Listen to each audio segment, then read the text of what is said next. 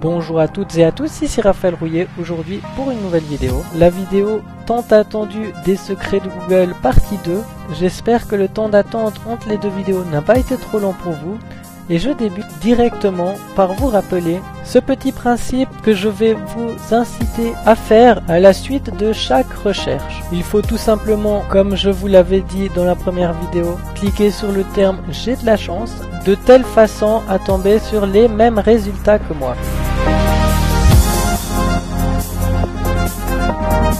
Nous allons débuter avec Google Pirate. Essayez donc d'écrire cela dans votre moteur de recherche, puis en cliquant sur le bouton « J'ai de la chance » comme cela, vous tomberez sur un accueil Google tout simple mais différent.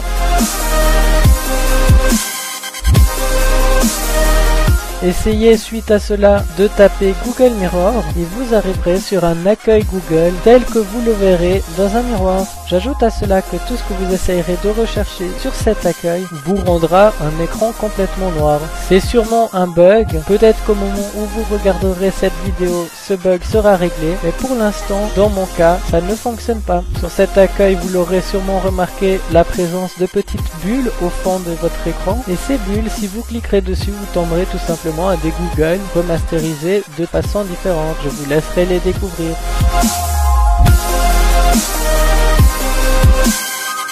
Essayez ensuite Epic Google et la page sur laquelle vous tomberez dessus s'agrandira au fur et à mesure du temps. Les termes suivants peuvent être recherchés sans activer le bouton J'ai de la chance.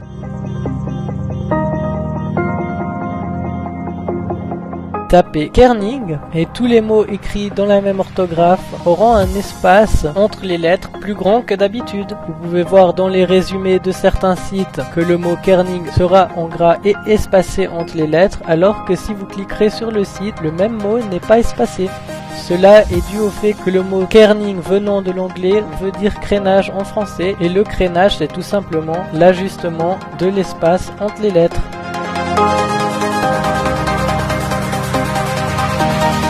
Essayez d'écrire récursion et vous arriverez sur une page où Google vous proposera de réécrire le mot avec la même orthographe. Pourquoi cela? Tout simplement car la récursivité est en quelque sorte quelque chose de répété.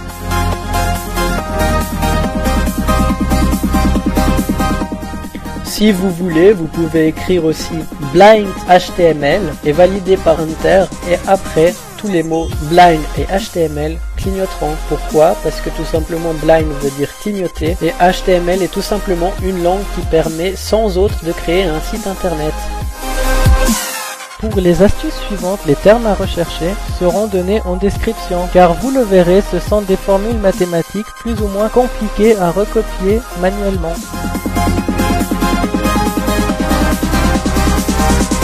Essayez tout d'abord de recoller ce terme et de valider par la touche Enter, et un œuf géant apparaîtra au milieu de votre recherche.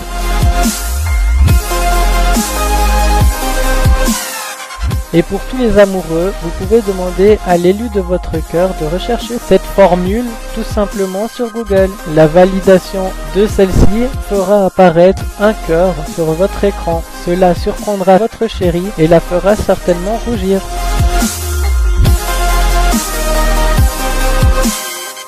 Voilà, l'épisode est à présent terminé. Ne partez pas car j'ai un petit bonus pour vous. Le bonus est très simple. Il suffit tout simplement de rechercher Google Multitâche, puis de valider par J'ai de la chance.